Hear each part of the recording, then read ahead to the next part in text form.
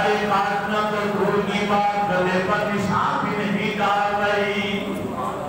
اب آجان جلدی گیلے کے امتحان کا وقت ختم نہ ہو جائے، کہیں میں بھی تیر نہ ہو جاؤں، آپ بھی تیر نہ ہو جائے، اسے پتھر کے اوپر تیر کر لیجئے۔ اللہ کے خلیل ارے چھری کو بار بار تیر کرتے مگر پھر بھی چھری کرنے کا نام نہیں لیتے۔ آخر کا جلالی پیغمبر کے جلال میں آ گئے اور پھر اس پتھر کے اوپر چھری کو مارا، پتھر کے دو ٹکڑے ہو گئے۔ ارے چھری کو اللہ نے قوت گویائی عطا فرمائی، چھری بول پڑی اللہ کے خلیل مجھ سے خفا کیوں ہوتے ہو، مجھ سے ناراض کیوں ہوتے ہو؟ جس رب نے خواب کے اندر آپ کو ایک بار بیٹا ذبح کرنے کا حکم دیا، آج اس رب نے 70 بار مجھے نہ کاٹنے کا آرڈر دیا ہے۔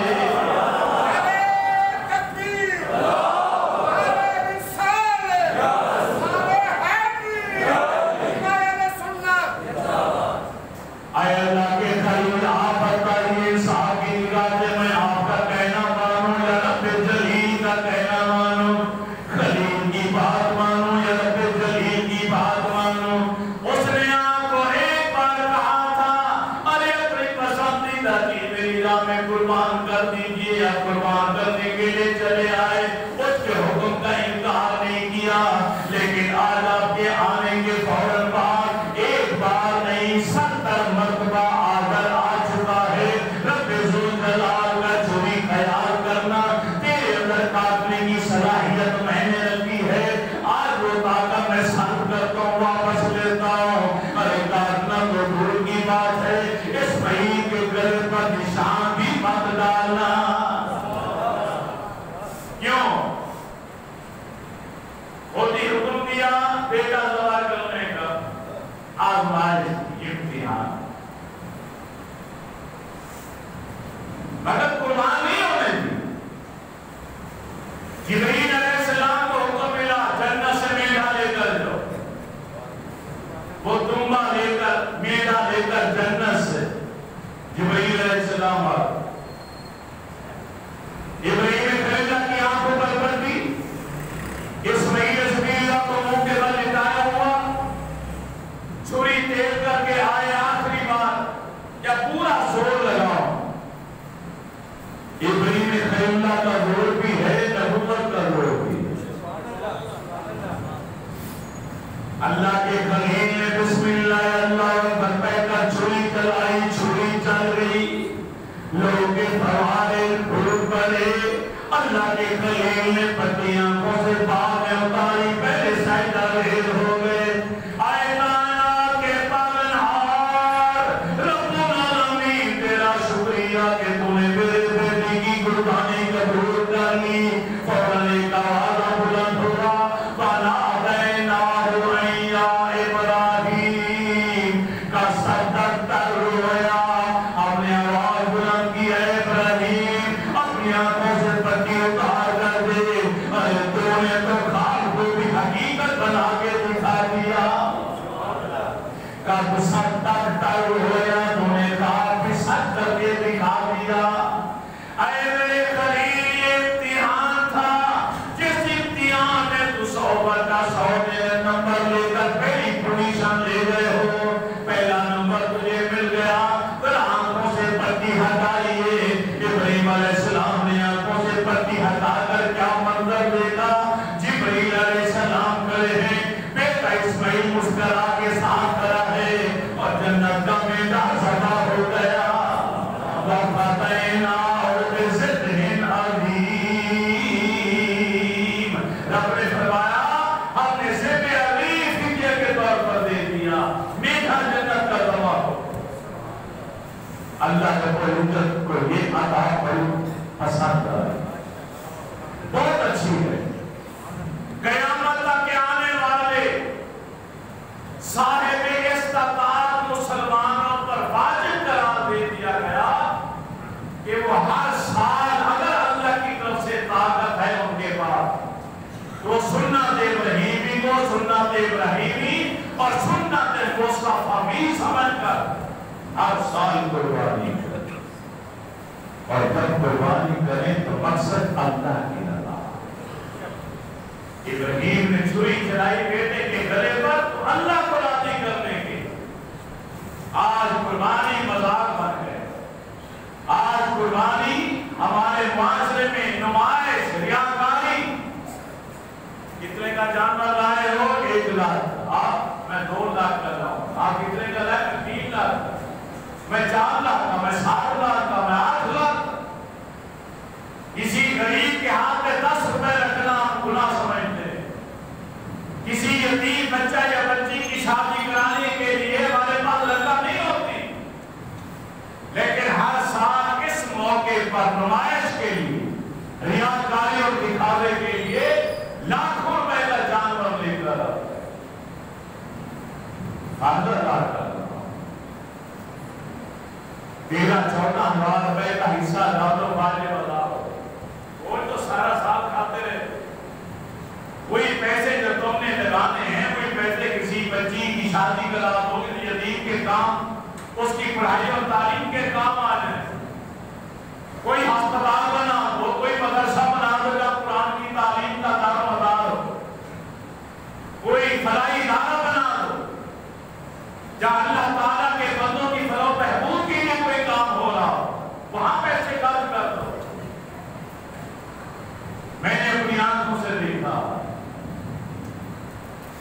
ایک 2 لاکھ کا لاتا ہے تو دوسرا 3 لاکھ کا لاتا ہے، ایک 3 لاکھ کا لاتا ہے تو دوسرا 4 لاکھ کا، اور پھر گلیوں میں گھمایا جاتا ہے، نمائش کی جاتی ہے اس کی۔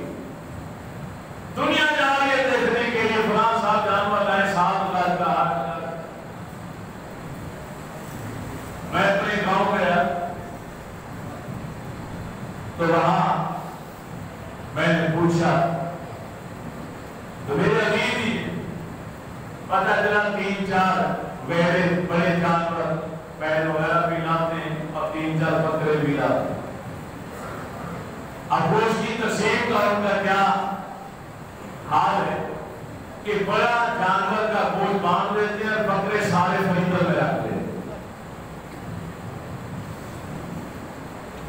یہ قربانی کا مقصد ہے، یہ تو خالی گوشت کھانا۔ عید قربان آئی ہے تو جو مسلمان غریب ہیں، فقیر ہیں، محتاج ہیں، کسی تنگدستی کی بنا پر قرضے کا بوجھ جیسا قربانی نہیں دے پائے، ان غریبوں کو بھی شریک کرو، ان کے گھروں میں گوشت پہنچاؤ تاکہ ان کے بچے بھی آج کے دن گوشت پکا کے کھا لیں۔ نبی علیہ السلام کو اپنی غریب امت کا کس قدر احساس تھا کہ آپ صحابہ سے کہا کرتے تھے اگر تمہارے پڑوس میں کوئی غریب رہتا ہو تو گھر کے اندر گوشت پکاؤ تو پانی زیادہ ڈالو، شوربہ زیادہ بناؤ اور کوئی سادن ان کے گھر میں پہنچاؤ، یا پھر اس انداز میں اس وقت پکاؤ کہ جب ان کے بچے سو چکے ہوں، ورنہ گوشت پکنے کی مہک اور خوشبو ان کے گھر جائے گی تو بچے فرمائش کریں گے وہ غریب کہاں سے لا کر دے۔ ام المومنین حضرت عائشہ صدیقہ رضی اللہ تعالیٰ عنہ فرماتے ہیں ہمارے گھر میں جب بھی گوشت پکتا اللہ کے نبی فرماتے شوربہ زیادہ کرو اور ہمسایوں کے گھروں میں بھی بھیجو۔ آج ہم بھی فریزر بھر کے رکھ لیں، نئی فریزیں خریدتے چلیے، یہ فریج پہ گزارا ہو رہا ہوتا ہے، لیکن جو ہی عید آتی ہے قربانی کا جانور خریدا ساتھ ایک ڈی فریزر بھی خرید کر دے رہا ہے، اچھا گوشت اس میں رکھ۔ یہ شرعی مسئلہ ہے کہ آپ کو بتانا چاہتا ہوں تاکہ آپ پیسے خرچ کر کے جانور ذبح کر رہے ہیں تو ثواب سے محروم نہ ہو جائے۔ آپ بکرا کر رہے ہیں یا بڑا، جب وہ ذبح ہو جائے گوشت بن جائے اس کی ہڈیاں گوشت اس کے مکمل برابر 3 حصے کر مکمل طور ہڈیوں کے بھی 3 حصے، گوشت کے بھی، چربیوں کے بھی ہڈی یا مکس کر دیں یا الگ الگ ڈھیریاں بنا کے 3 حصے کر۔ ایک حصہ تمہارے لیے ہے، 2 حصے تم نے بانٹنے، ایک غریبوں کے لیے، سوالیوں کے لیے، محتاجوں کے لیے، اور ایک اپنے عزیزوں اور دوستوں اور ہمسایوں کے لیے۔ اب جو کہ شہروں میں رہتے یا